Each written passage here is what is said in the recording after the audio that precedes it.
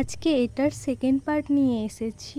এটা আমার মামার মেয়ে, আর সব থেকে সুন্দর দৃশ্য মনে হয় আমি এই ভিডিওটার মাধ্যমেই করে ফেলেছি, যেটা আমার খুবই প্রিয়, তোমাদেরও ভালো লাগছে হয়তো।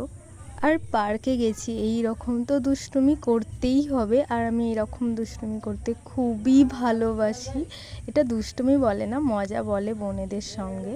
আর এদিকে আর একটা বোনকে বলেছিলাম ক্যামেরা করতে, আর ও তো ভাই পুরো ঘুরে ঘুরে সবাইকেই দেখিয়ে দিয়েছে।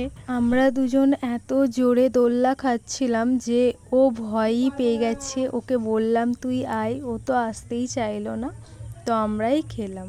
এদিকে দোল খাওয়া হয়ে গেছে, আর আমরা দুই বোনে দেখো হনুমানের মতো পুরো উঠছি। আচ্ছা, তোমরা কারা কারা এইরকম পার্কে গিয়ে আমাদের মতো বাঁদরামি করো একটু কমেন্টে জানাবে তো। না, আমি একাই করি এটা আমার মনে হয়।